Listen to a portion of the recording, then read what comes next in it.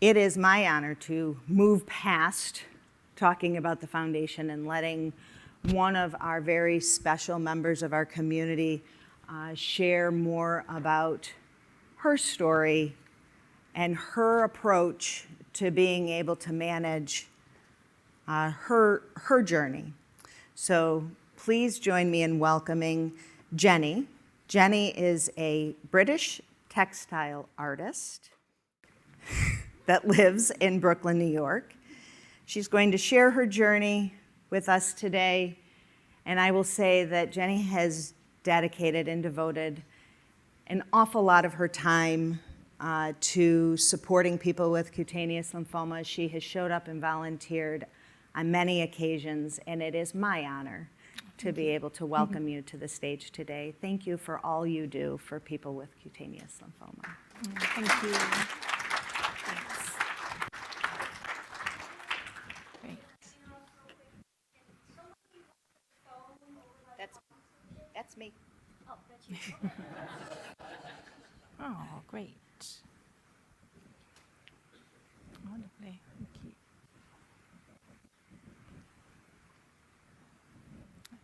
Thank you, everybody, and thank you for, again, such a wonderful welcome. I first came over in 2018, and one of the things I'll be talking about today was how inspired I was by meeting you all, by your generosity, by sharing your stories, and how it's inspired my work since then and has helped so many other people in the UK. And I think often we feel alone, and I think we don't realise in our conversations just how we help other people. And I'm really looking forward to sharing that with you. My husband and I have moved to Brooklyn for his job. We moved a few months ago, and we've been welcomed wonderfully into our community, and we're very grateful for that. And so it's been great for me just to pop on the train and be able to come here and be here today with you all. And I'll be talking about some of the work, but this piece got through security with no problems. So I was very pleased about that, because I just thought, how am I going to explain it? But I'll be talking more about that later. So my name is Jenni Burrows. I'm a textile artist and an art teacher. And I was diagnosed in 2015 with large cell cutaneous lymphoma. And I'm under the care of Professor Sean Whitaker at Guy's and St Thomas's. And he has such praise for this organisation. And for me, you've been such a support, being back in the UK. In our patient group, there's 6 of us. And I was able to go back and talk about so many different things. And he sends his best wishes and he sends his thanks. And he's a pioneer in every way. And also, through him, he encouraged me to use my art, and he promoted my art. And it's actually taken a journey in ways I could never imagine. So I'll be talking about this. So it started because I had quite a long wait for diagnosis. And I was just very, very anxious and couldn't concentrate, and I was teaching at school. And I realised that I had to find a way of a coping mechanism. And I kept imagining like these bright, strong colours all the time, and also circles. And so I made this for Professor Whitaker when I had my first appointment with him. And I always remember saying to my husband, do you think he'd think I'm a bit crazy? He said, yeah, that's fine. It's not a problem. And he asked me, Professor Whitaker's first question was, how did you cope with the weight? And I said, well, I made you this. He was like, wow. Oh, okay. And I'm really happy to say that I didn't know this, but somebody told me this last year, one of his researchers. It's still in his lab, and it's nearly 10 years. And whenever I went for appointments, he always had a student, doctor, or somebody with him, and he'd always talk about my art. So I have much to be thankful for him in that holistic approach to him and also to his team. So I created this piece for him because this is how I saw my disease. at the time, and I created some other pieces here. I was actually in my career at a really good stage with my art, and I'd just been selected for an art exhibition with the British Council. And at that exhibition, I realised that I couldn't actually carry on with my work alongside the treatment. So I decided just to take a step out and just focus on this work privately for me. I didn't expect ever to be here or ever to be showing my work. I thought it would just be a private piece just to help me through. So I started making these pieces because I was getting lots of tumours on my skin, and it was a way, it gave me a power. It almost gave me, right, I'm gonna beat this. I'm gonna make my own. I'm gonna have control over this.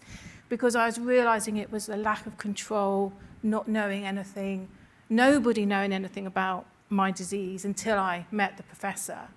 And so I was having to find out a way of living with it at this time, at this lonely time. And this is just a section of using threads and fabric. So technically I'm a textile artist, so I don't use pencil and paper, I use thread and fabric to draw with. And I'm actually going really, really fast on the machine. I have to be really careful, I have to really, really concentrate. But it was just so refreshing at the time. I could completely lose myself in putting the machine on full speed and just looking like a crazy artist, chucking all this fabric into it, chewing it all up, and just going deep inside myself. And it's what helped me. And we all have different things. We all have different ways of coping, and it's what helps us, and I think what helps us find our peace. And so this is when things started to change for me, because Professor Whitaker asked me to exhibit at an international conference in London, and that is where I met Susan. And all those little cells that I've been creating, I made into a mannequin, and they asked me to have a little exhibition there in the conference. And I'd also asked 5 of my best friends if they could just draw for me what they thought my cells looked like. And the ones at the bottom was one of my best friends. She drew with her child's crayons, and she said, "I'm not creative at all. I can't do it. I can't do it." And for me, this shows we're all in this together. We're all creative. We can all inspire other people, and she inspired me to make this piece. And what I really, very fond memory I have of the piece is when I first met Susan, we were at a venue in London Bridge, and we had to move in the afternoon to another venue. So I was all ready to carry it over, no problem. And there was Susan, "I'll do it." And she's walking through with this mannequin through London Bridge, the cobbled streets, very, very busy, everybody looking, but not worried. Here I am. And I just love that. And it's just about, that's about the community, that's about the support. And I always think of that. I always think of you, Susan. And yeah, here's some detail here again. So as I said, I love using bright colours, and it's just it's my technique in art of working with threads and fabric. So these are the itchy socks.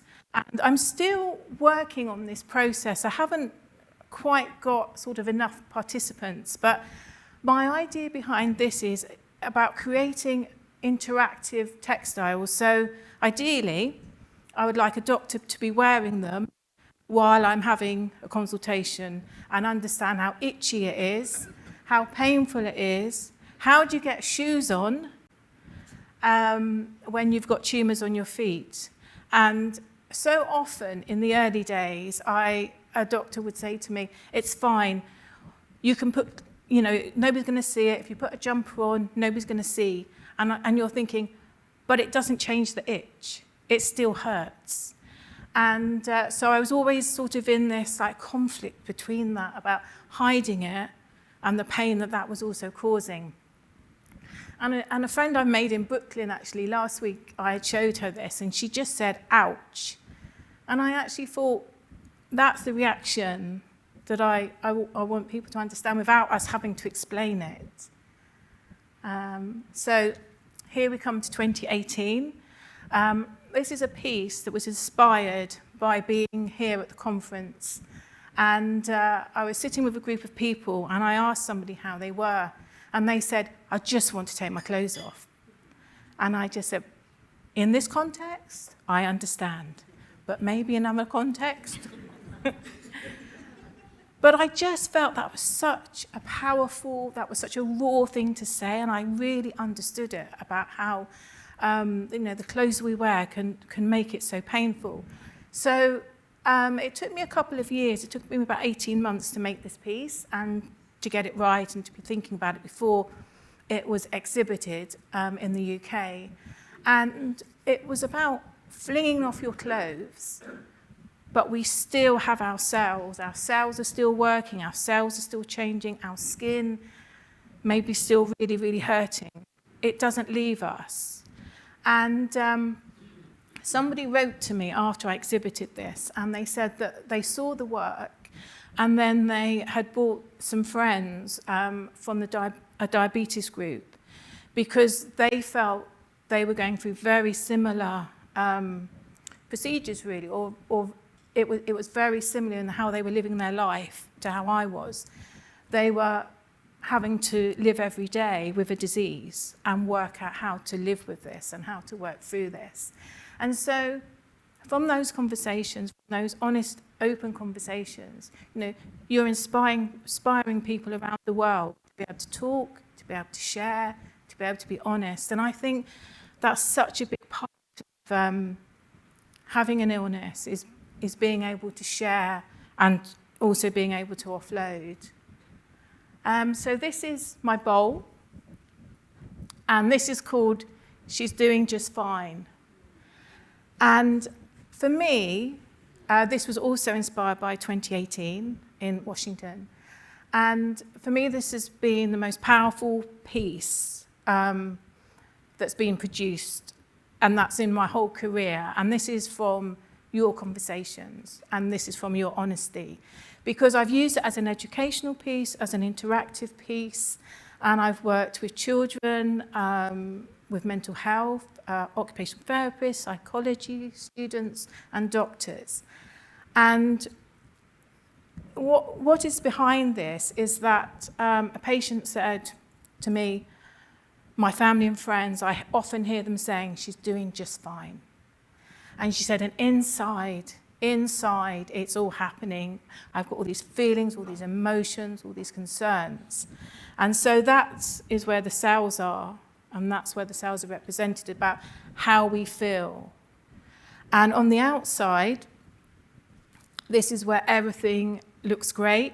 I have purposely stitched this with big, big stitches because one of the oncologists at Guy's and St Thomas's, I often used to hear him say, we'll patch you up. And I actually quite like that with the stitching as well, sort of being able to stitch together and to patch up. And when I talk to children about it in workshops or in community settings, this is us, this is our experiences, and we can work with these, and we can make things better, we can help others.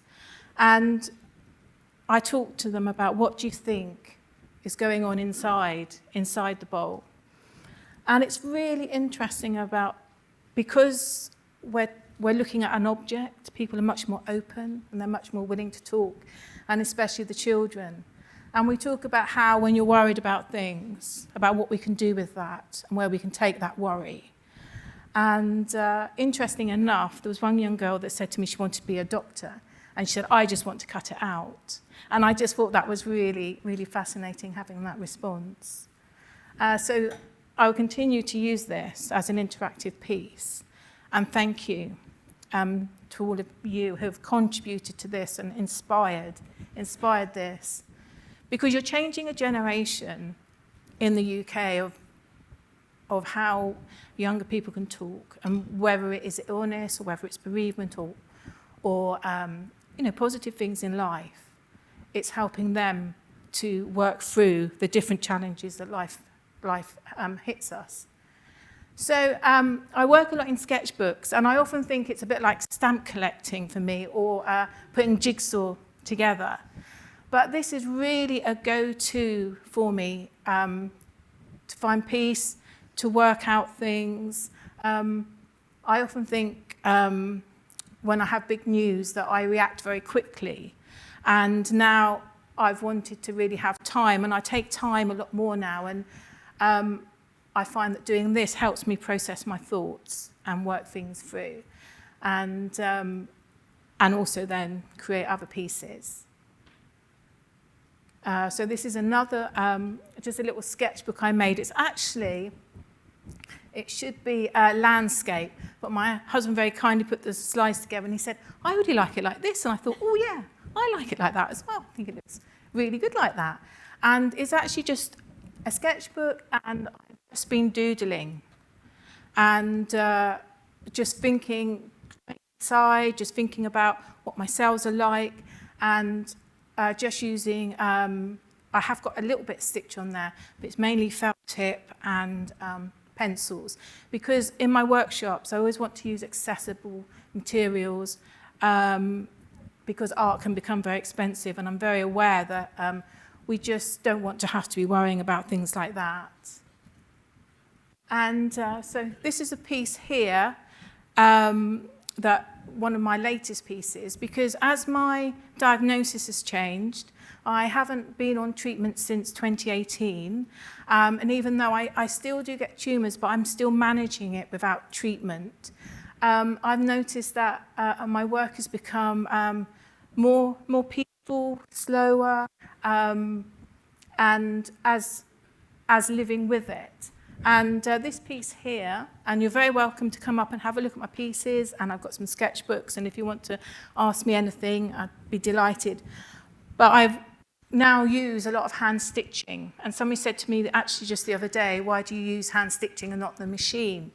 Because it's peaceful for me. It's still a way out, and it's still a way of sort of clearing my mind. And I love swimming in the sea, and this is based on swimming in the sea and going deep down where you know, there is peace. Okay. That's just a close-up here. Let's see. And finally, this is also inspired by 2018. When I went back to the UK, my tutor, who was my tutor at university, I kept in touch with, she said, I think you should make a film, and I think you should enter it for the British Craft Council Film Festival. And there were hundreds and hundreds of applications, and I did it with a filmmaker, a young filmmaker, and it was just the two of us. And we were selected, there were 20 films selected, and we were premiered in Piccadilly, London, at the cinema there. And subsequently, it has travelled around the world. And South Korea, the Middle East, Australia, just many, many places. And I never expected, that to happen. And it's just been a really wonderful experience, and again, inspired by you here. And I think Deb said it's on your on the YouTube here. It's also on my website, which is called You'll Be Fine. Jenni Burrows, You'll Be Fine. But in there, you will see me wearing the itchy socks. And you will see me talking about, wanting to make, to create more interaction, really, with art and with science and also diagnosis. So I think that's it for me. So thank you.